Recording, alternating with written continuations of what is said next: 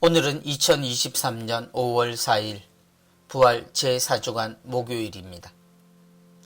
성부와 성자와 성령의 이름으로 아멘. 요한이 전한 거룩한 복음입니다. 예수님께서 제자들의 발을 씻어 주신 다음 그들에게 말씀하셨다. 내가 진실로 진실로 너희에게 말한다. 종은 주인보다 높지 않고 파견된 이는 파견한 이보다 높지 않다. 이것을 알고 그대로 실천하면 너희는 행복하다. 내가 너희를 모두 가리켜 말하는 것은 아니다. 내가 뽑은 이들은 나를 안다.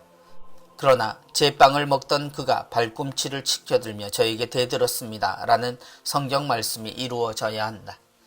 일이 일어나기 전에 내가 미리 너희에게 말해둔다.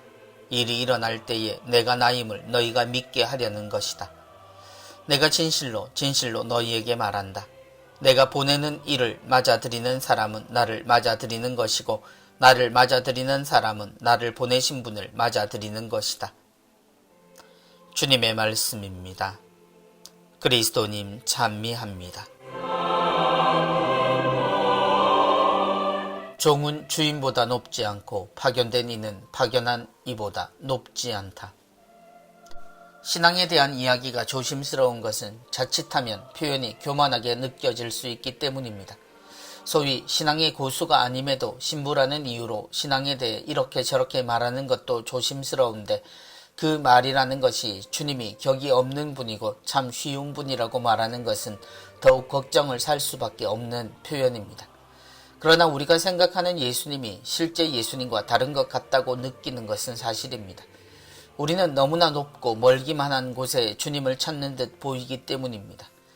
오늘 예수님은 제자들의 발을 씻으시곤 당부를 하십니다. 종은 주인보다 높지 않고 파견된 이는 파견한 이보다 높지 않다.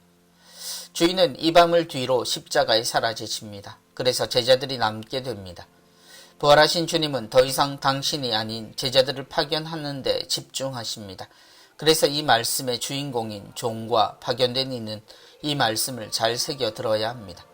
제자들이 주님보다 높을 수 없다는 말씀은 교만하지 말라는 일반적인 교훈과 함께 그 속에 들어있는 조금은 다른 부분을 살펴보게 만듭니다. 내가 뽑은 이들을 나는 안다.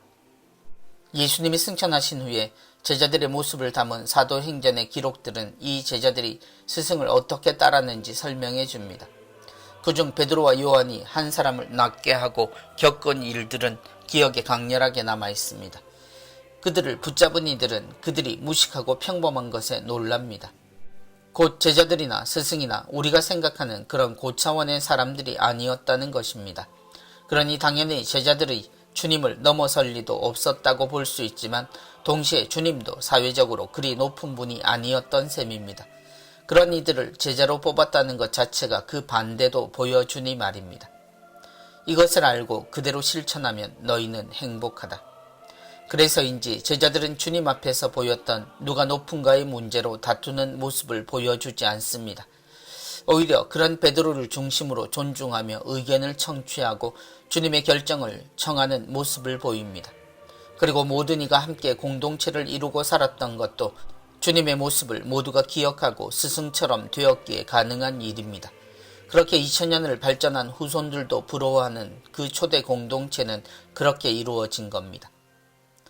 내가 보내는 일을 맞아들이는 사람은 나를 맞아들이는 것이고 그런 주님을 닮은 제자들이 행복하지 않았을 리가 없고 또 어려웠을 리도 없습니다. 성부와 성자와 성령의 이름으로 아멘.